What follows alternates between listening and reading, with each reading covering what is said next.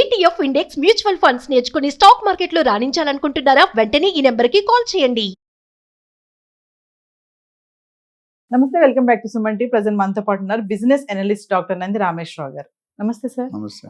Sir, చాలా మందికి ఒక డౌట్ ఏంటంటే సొంత ఇల్లు కొనుక్కోవాలని ఒక కళ అయితే ఉంటుంది, కానీ రెంట్ ఉండే వాళ్ళు ఎక్కువ మంది ఉంటారు. వీళ్ళకి ఒక ఆలోచన ఏంటంటే ఈ రెంట్ కట్టే డబ్బుల్ని సొంత ఇల్లు కొనుక్కొని ఆ డబ్బుల్ని ఈఎంఐగా మార్చుకోవచ్చు కదా అని ఆలోచిస్తారు, కానీ ధైర్యం చేయలేరు. రెంట్గా ఉండడం మంచిది అంటారా?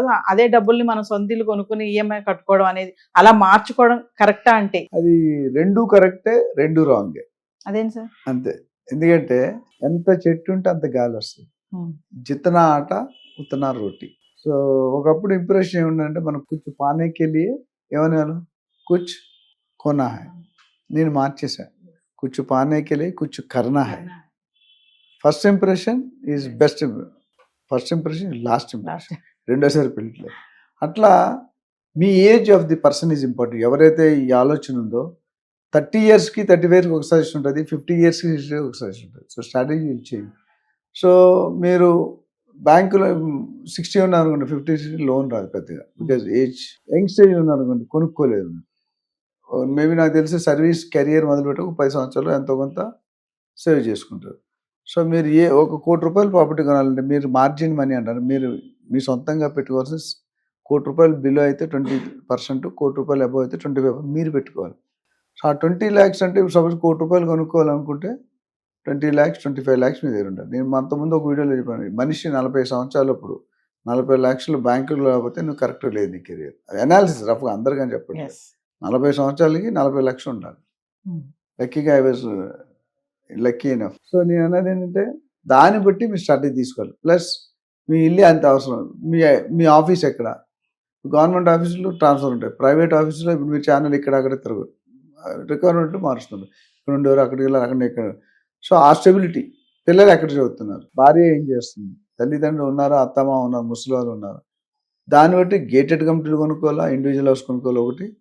రెండోది ఈఎంఐ అనేది ఏంటంటే మంత్లీ ఇన్స్టాల్మెంట్. సో మీ శాలరీ 50,000 ఉన్నాడు అనుకోండి, ఎంత ఈఎంఐ కట్టగలడు? మ్యాక్సిమం 10-15,000. ఈఎంఐలో పర్సనల్ లోన్ ఉంటుంది, కార్ లోన్ ఉంటుంది, గోల్డ్ లోన్ ఉంటుంది, ప్లాట్ లోన్, హౌస్ లోన్. ఇవన్నీ తీసుకొని శాలరీ మీకు ఇందాక చెప్పారు 90,000 70,000.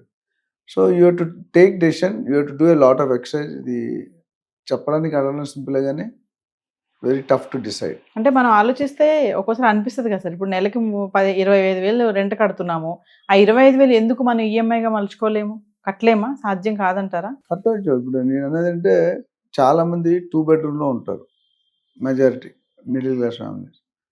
మీరు కొనుక్కునే 3 bedroom కొనుక్కుంటారు జనరల్గా. రేపొద్దున మా పిల్లలు కోడల్లో కొడుకు ఎవరు వస్తారు, అప్పుడు ఏమవుతుంది, మీ స్తోమత 15,000కి రెంట్ ఇస్తున్నారు, మీరు ఇప్పుడు కడుతున్నారు 2 bedroom కూకట్పల్లి ఒకటి దగ్గర. మీరు ₹1 కోటి పెట్టి కొనుక్కుంటే మీరు ఎంత ఈఎంఐ కట్టాలి?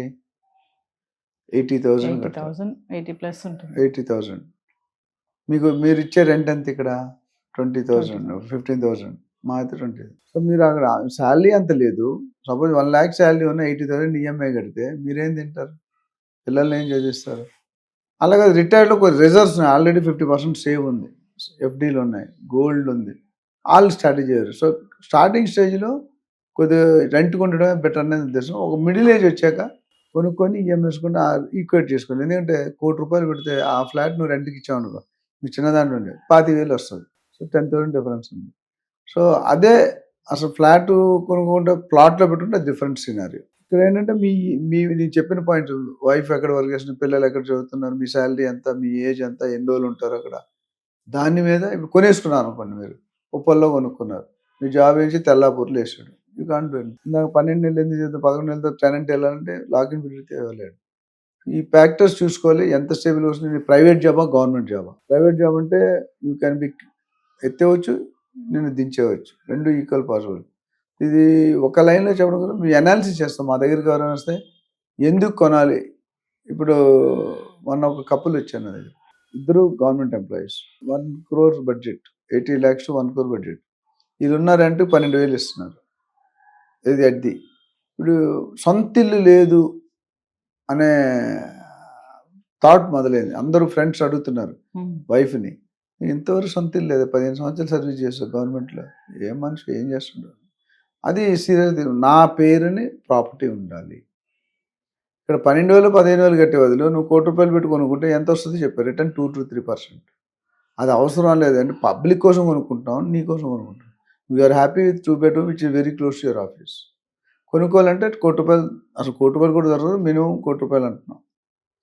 అలాంటప్పుడు నేను ఏం చేస్తానంటే, మీరు ఫ్లాట్ కొనుక్కోవద్దు, ఇప్పుడు అది కొనుక్కునేది రెంట్కి ఇవ్వడానికి, ఆ ప్రాపర్టీ ఉందని సాటిస్ఫాక్షన్ తప్ప రెంట్కి ఇవ్వడానికి.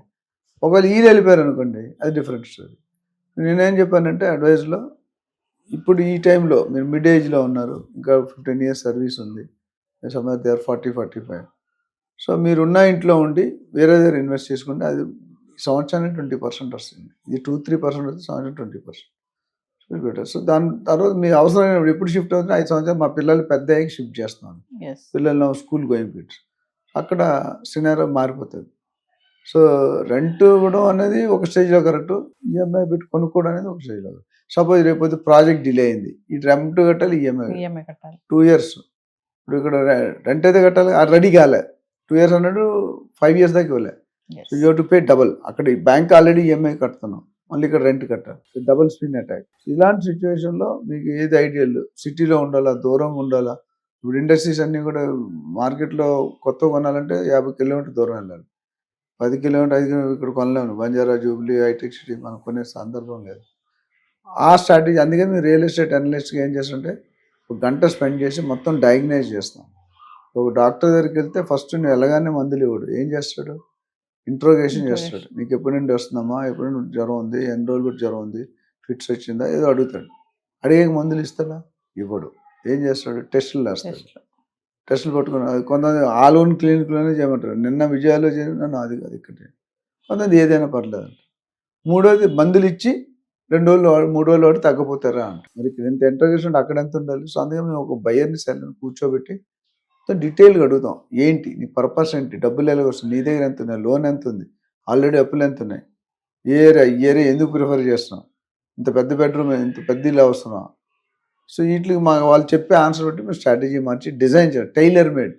నువ్వు టైలర్ దగ్గరికి వెళ్తే నీ సైజు లేరు, నేను టైలర్ నా సైజు లేరు, నువ్వే 6 నెలల తర్వాత మళ్ళీ ఇంకో మ్యాన్ కొనిచ్చాడు, మళ్ళీ వెళ్తే మళ్ళీ సైజులు తీసుకుంటాడు లేదా, ఎందుకు, నువ్వు సేమ్ పర్సన్ కదా, నువ్వు లావ్ అవ్వచ్చు, సన్న అవ్వచ్చు, మనం అవునా కదా. సో దీస్ వేరియబుల్ పారామీటర్స్ పెట్టుకొని మనం ఎంత సేవ్ చేస్తున్నాం.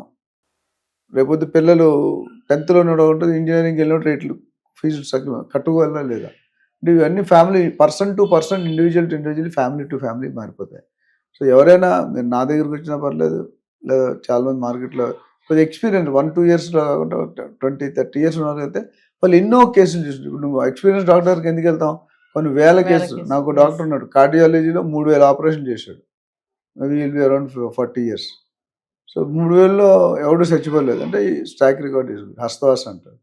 అట్లా కొద్ది ఎక్స్పీరియన్స్ నాలెడ్జ్ ఉండి మార్కెట్లో డీల్ చేసే వాళ్ళు పెట్టుకుంటే your decision may be safe. Thank you.